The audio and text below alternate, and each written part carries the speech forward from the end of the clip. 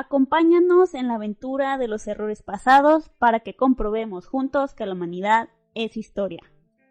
Esperemos que estén bien. Hemos llegado con la entrega número 28 de este podcast, donde decidimos hablar de varios temas complementarios a algunos capítulos. Más que nada para tener tiempo de la investigación para futuros episodios. Sean todos bienvenidos a este podcast. Esta vez hablaremos un poco de un par de órdenes de caballeros y del señor Francisco Cabarrús. Bueno, de una.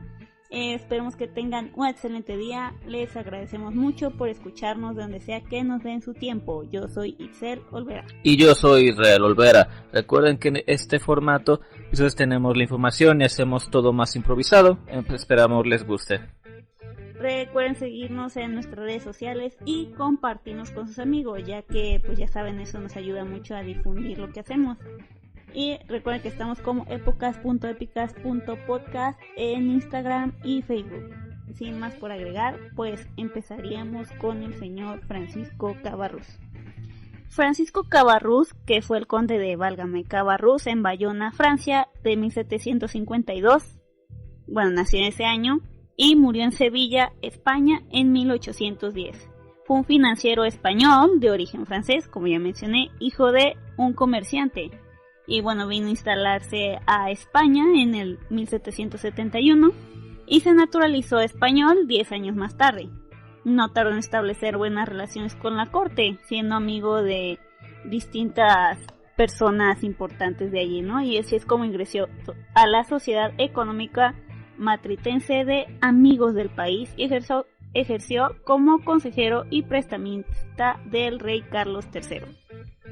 De sus consejos en materia de finanzas vino la emisión de los vales reales, a medio camino entre la deuda pública y una primera emisión de papel moneda, y también la posterior creación del Banco Nacional de San Carlos en 1782, el primer banco central español, para frenar la depreciación de los vales. Igualmente fue iniciativa suya la potenciación del comercio español con Asia, que se materializó en la refundación de la Compañía de las Filipinas en 1784. Que por cierto, en 1788 tuvo que ir ante el Tribunal de la Inquisición por sus críticas al tradicionalismo contenidas en uno de sus libros llamado Elogio de Carlos III, donde bueno, él sobre todo hablaba que la política liberal y favorable estaba ayudando a España, pues, y de alguna manera pues no les gustó a ellos. Sin embargo, pues las circunstancias políticas habían cambiado con la sucesión de Carlos III por Carlos IV, aunque el nuevo monarca trató de mantener en sus puestos a los principales gobernantes que habían colaborado con su padre, como el señor Campomanes, y bueno, los enemigos de la tendencia ilustrada, como era este señor, trataron de aprovechar aquella oportunidad para contrarrestar su influencia, sobre todo tras la convención que significó la revolución en Francia. Como recuerdan, él también se ve afectado por toda esta situación y luego le echaron el muerto de malversación, aunque al parecer nunca se le comprobó realmente. Y bueno, esto con la perdiendo su poder e influencia, sobre todo del señor Cabarrús en la corte, ¿no? Y en la banca, que era donde él estaba. La denuncia ante el Tribunal de la Inquisición no prosperó, pero la jurisdicción civil prosiguió con su procesamiento. Cabarrús permaneció en prisión durante 5 años sin que llegara a celebrarse el juicio, siendo desposeído en ese tiempo de todas sus dignidades y empleos públicos y obligado al pago de cuantiosas finanzas. A esta época corresponde la redacción de su obra más conocida, Carta sobre los obstáculos de la naturaleza. La opinión y las leyes imponen la felicidad pública, seguida por una carta al príncipe de la paz, dirigida a Jovellanos, uno de los pocos amigos que le quedó tras su persecución, y afectuosamente comentada por este en sus diarios. Las cartas, que componen un conjunto de ideas de regeneración económica más próxima al arbitrismo radical que al reformismo ilustrado, permanecieron inéditas hasta 1821, 11 años después de la muerte del autor. Como siempre, pues le pasó igual que otros autores que daban a conocer sus ideas propias, pues prácticamente no había mucha gente que no les gustaba y pues no pudieron publicarse hasta después de su muerte, como ha pasado tantas veces antes, ¿no? Y para 1795 él fue finalmente puesto en libertad, como habíamos comentado también en el capítulo de Teresa Cabarrús, y así es como obtuvo de nuevo su empleo en el Banco de San Carlos, que habíamos dicho que él ayudó a fundarlo ahí en España. Y pues una vez que los magistrados llevaban el caso, pues dijeron que pues no lo habían hecho bien, ¿no? Como que no había cuadrado lo que le habían hecho al señor, y con este otro señor llamado Bardoquí, siendo un nuevo ministro de Hacienda, pues quitaron por fin los cargos contra él. Así que pues literalmente no hizo nada malo en realidad, solo le amputaron ahí algo porque no querían que siguiera en el poder, supongo. Y bueno, en la situación del banquero, de este señor banquero, se puede relacionar con el final de la guerra contra la Convención Francesa y la orientación dada por Godoy a su política interior. Entonces, siguiendo a los ilustrados y a la política exterior de su padre, Teresa Cabarrús, casada con Tayen, como ya mencionamos, pues dicen que también tuvo su influencia para que no lo procesaran por algo que no hizo. Y bueno, por fin se le dijo que iba a ser el sucesor de este señor Gardoquí de la Hacienda en esta secretaría. Y bueno, que ese pronunciamiento al final no se produjo. Y bueno, no encontré mucho más de su vida luego de eso, solo se sabe que murió en Sevilla, España. Y bueno, como ya dijimos, su hija estaba ahí al otro lado de Europa siendo princesa. Pero pues bueno, así son las vueltas que da la vida, ¿no? Y bueno, la siguiente de lo que vamos a hablar es de la Orden de los Caballeros de San Lázaro. Ya les hablado de ellos en un pasado, en el capítulo de Balduino y luego en la lectura dramática que tuvimos de una historia, pero volvemos a hablar de ellos porque son algo interesantes. Ahora, la información de la información donde sacamos la información para este es de un blog de un médico, o era enfermero, si mal no recuerdo, de Chile. Igual, bueno, les vamos a pasar el link para que lo puedan ver, pero ahí va a estar. Ahora, entre las pequeñas y menos influentes órdenes de caballería de la Tierra Santa, la Orden de San Lázaro fue posiblemente la más importante. Surgió a partir de un hospital de leprosos, es decir, de un leprosorium. O como le diríamos en español, leprosería. Y bueno, según algunos historiadores, estos caballeros fueron la orden más antigua de todas las órdenes hospitalarias, ya saben, ramas y ramas de este tipo de cosas. Se especula sobre la posibilidad de que se originara a partir del hospital construido por San Basilio en Cesarea, que disponía de que disponía de una casa separada para los leprosos.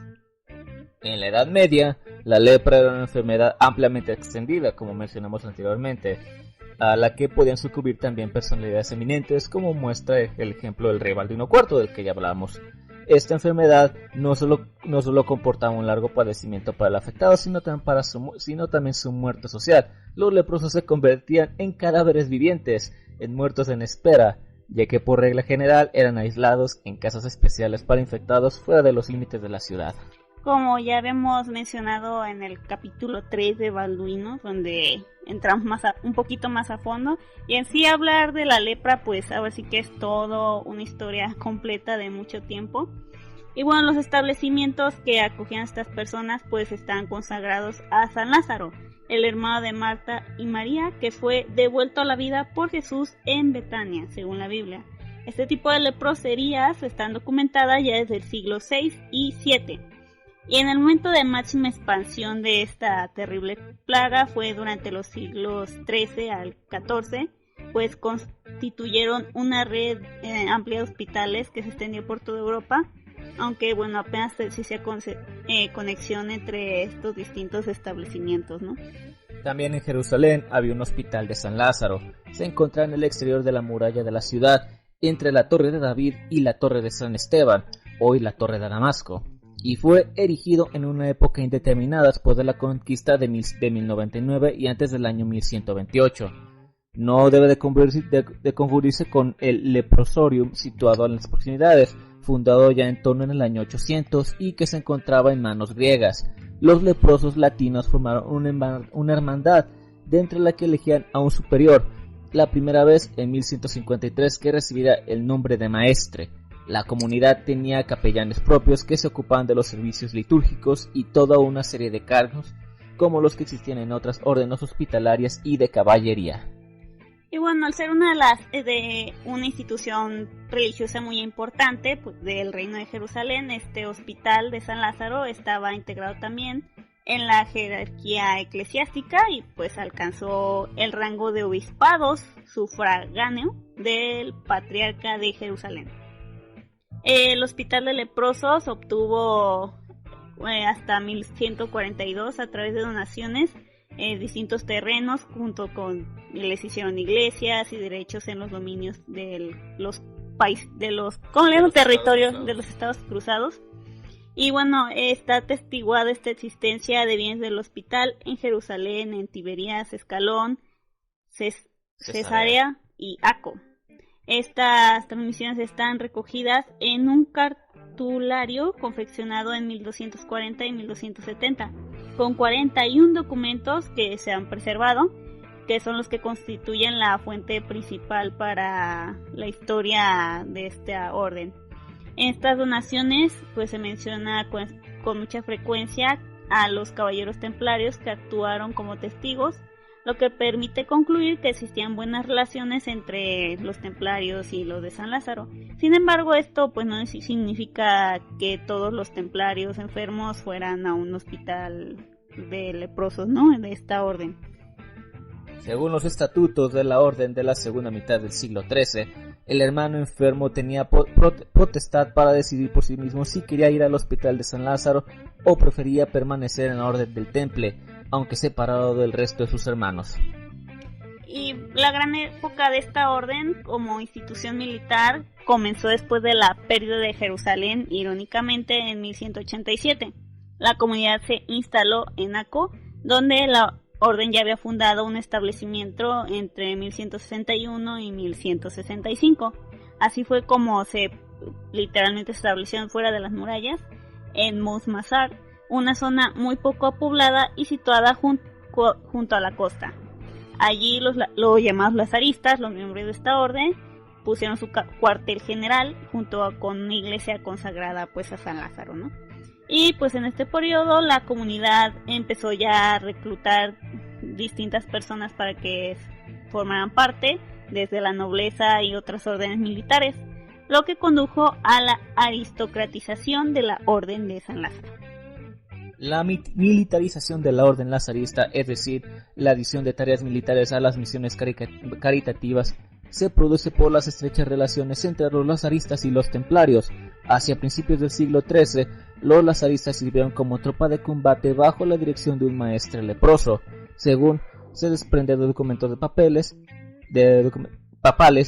la nueva orientación militar fue la responsable de que a partir de entonces fueran admitidos en la orden no solo leprosos, sino también caballeros sanos. La primera noticia de la participación de los lazaristas en operaciones militares hace referencia a la batalla de Forbie, cerca de Gaza, el 17 de octubre de 1244, en la que supuestamente todos los caballeros, los leprosos y los sanos encontraron la muerte.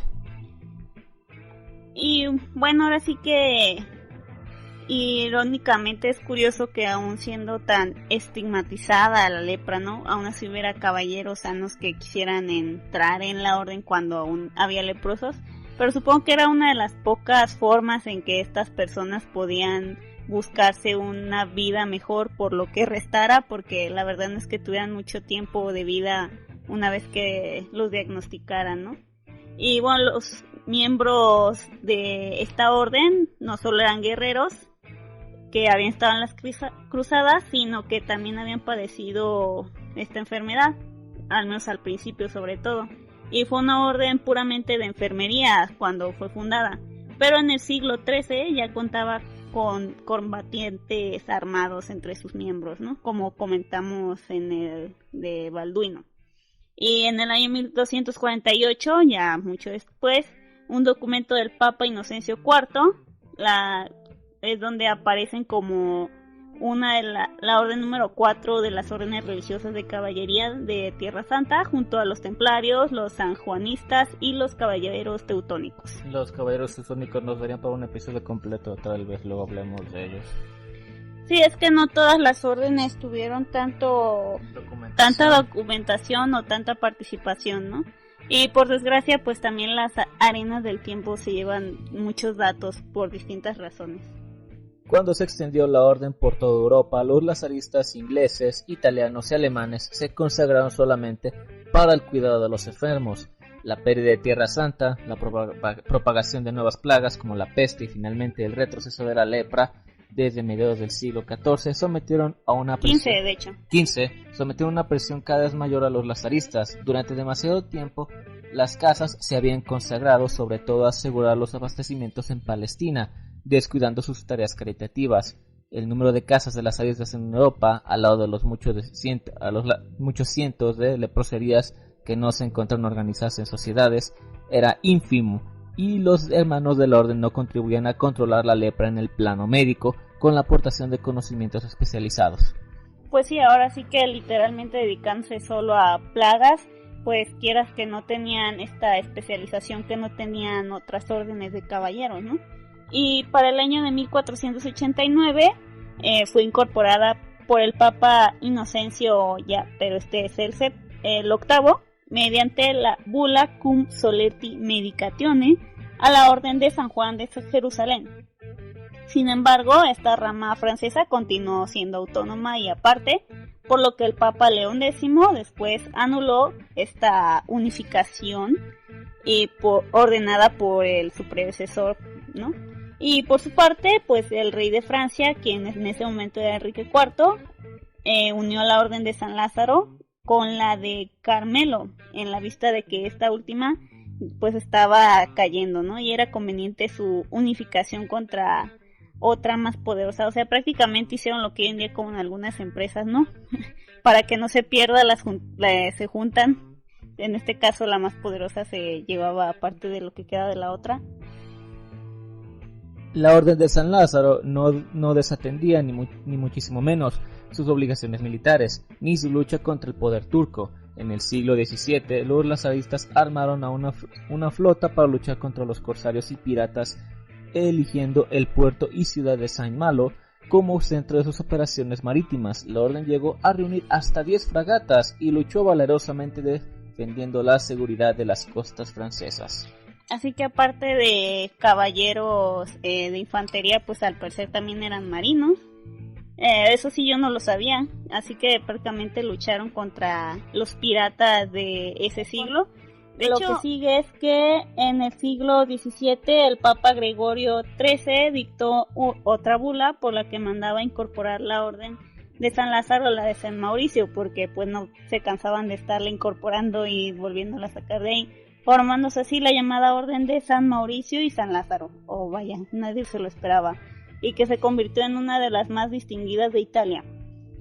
Ocurrió algo así en la ocasión anterior ya mencionada, cuando otro papa trató de incorporar a la de San Juan de Jerusalén. Ya después, entre los grandes maestres del siglo XV de estas órdenes están el marqués de Nerestank, de Lubous, de Dangiou, el duque de Berry, y después Luis XVI y luego el conde de Provenza, más tarde el rey con el título de Luis XVIII. Ya como caballeros de la Orden de San Lázaro en otros países pues pueden citarse a los zares de Rusia, Pablo I y Alejandro I, y el archiduque Leopoldo de Austria, los duques de Sevilla, junto con el rey Luis XVIII de Francia y más tarde Carlos X, se declararon protectores de esta orden. Y ahora sí que todas estas personas fueron los que estuvieron teniendo la batuta de decidir qué hacer ahora con la orden durante su tiempo. Ahora, pasados los turbulentos tiempos anteriores a la época, pasamos a la época contemporánea. La Orden de San Lázaro permaneció, no extinguiéndose como algunas otras órdenes militares de caballería. Actualmente se halla representada en Francia, Alemania, Italia, Polonia, Holanda, Suiza, Portugal y España. con fecha de 26 de junio de 1935, registró la orden sus estatutos en España. El 9 de mayo de 1940 fue reconocida con carácter oficial y declarada de utilidad pública en todo el territorio nacional, por orden que se publicó en el Boletín Oficial del Estado el 10 del mismo mes. Su reglamento de la lucha contra la lepra pues fue aprobado por el decreto del 8 de marzo de 1946, que concede y asigna a la Orden Militar y Hospitalaria de San Lázaro de Jerusalén importantes misiones. Los miembros de esta orden se dividen en dos grupos, los miembros y los afiliados. Solo los primeros, y aún entre estos, solo los caballeros de justicia pueden asistir a los capítulos de sus respectivos prioratos. Que diga prioratos así sin acento. Aparte de los de justicia, hay los de devoción. Todos pueden ser caballeros, damas o eclesiásticos, pero es absolutamente preciso profesar la religión católica, obviamente. O sea, es el club de chicos católicos. Si eres de otra religión, por lo menos puedes ver, no puedes ser parte. Pero bueno, pues hasta aquí llegamos. De hecho, había otro artículo que les queríamos comentar, pero está en inglés. De hecho, les vamos a dejar un link. Es de esta página de Times Israel, en la que aparentemente, creo que fue en 2017, la Orden de San Lázaro fueron a Jerusalén, y llegando en sus motocicletas eléctricas, ya modernizados, ya sin caballos. Sí. Así, la era moderna de las órdenes de caballeros. Así que si lo quieren leer, está en inglés. Ahí se los vamos a pasar también por Facebook para que lo vean. Sí, para que vean cómo se las gastan los caballeros modernos, porque todavía existen. Más o menos, en teoría. Pues es que ya hubo un tiempo en el que ya la Iglesia Católica ya dijo que ya iba a poner fin a todas las órdenes, y pues eso fue lo que hicieron. Solo sobrevivieron unas cuantas, y las que quedaban pues como que se fusionaron en varias distintas. En este momento no me acuerdo del dato específico, pero ahora sí que cada una se empezó a dedicar a distintas cosas, pero ya no de forma militar o así. Es que hoy día ya no puedes tener un ejército privado, ya. A ver, si no, los gobiernos se te van a dejar ir encima, ya no puedes tener tus ejércitos privados. Y más porque pues técnicamente se supone que, bueno, ahora pues ya como sabemos el Estado del Vaticano pues más bien son como banqueros glorificados también, ¿no? Y ahora sí que para eso no te piden que seas de su religión para guardar tu dinerito. Acabo de decir que no se pueden tener ejércitos privados, pero de todos modos sigue existiendo la guardia papal, los llamados guardias suizos, que si bien solo son como 500,000 de personas, siguen siendo un pequeño ejército privado que protege al Vaticano en todo momento. Pero bueno, ¿qué le vamos a hacer? Sí, pues es que esto, ¿cómo se podría mencionar? Que a pesar de que aún así la iglesia siguió manteniendo ¿cómo se puede decir? O sea, su influencia en distintas partes del mundo y en situaciones que estaban pasando en otras partes del mundo, pues ya no lo hacían de forma militar como tal, ¿no? No los dejan. Siempre han sido más bien de forma, pues, desgraciadamente para influenciar a las masas, ¿no? ¿Cuántas veces no se ha sabido que de pronto, hablando para tirarle tierra a los de nuestra religión, ¿no? Que se sabe que están a favor o en contra de ciertos partidos o dirigentes. Entonces, a pesar de que ya no tienen esta fuerza militar, pues siguen teniendo esta fuerza social. Pues sí, social a final de cuentas. Entonces, pues aunque técnicamente la mayoría nada más de este tipo de órdenes ya nada más se dediquen a labores de caridad o de... Pues sí, más que nada de caridad, porque esa parte, o humanitarias en general, pues aún así, por eso mismo también siguen teniendo ahí su influencia. Digo, no sé cómo se manejen en otras religiones, pero por ejemplo, siendo el budismo tan protector de la naturaleza y este tipo de cosas, ellos, al menos hasta donde llega mi conocimiento, nunca estuvieron metidos de forma militar en contra de, ahora sí que a lo largo de la historia, no como la Iglesia Católica o incluso los musulmanes, ¿no? Que aunque técnicamente no es que fueran tipo instruidos, sino que estaban tan metidos en su religión los militares estando, de hecho, que se notaba, ahora sí que se contaba como muertes causadas por su iglesia, no como otras religiones que era muy aparte, ¿no? A lo que profesaban, a lo que hacían, pues. Pero bueno, pues eso es todo lo que tenemos por el día de hoy. Les vamos a pasar nuestra bibliografía, se las vamos a dejar para que si quieren leerlo con calma y no con nosotros, ahí para que lo puedan ver. Y pues ahí nos pueden, si nos quieren recomendar de algún tema del que quieren que hablemos, pues también estamos abiertos a sus sugerencias. Pues sí, así que como saben, la historia es tan amplia que es difícil de pronto después seleccionar de qué queremos hablar o así. Entonces, pues si nos dejan sus recomendaciones, pues por nosotros mejor. Sobre todo de esta semana, ayer ya se publicó el capítulo que hicimos con los chicos de Vidas Ocultas.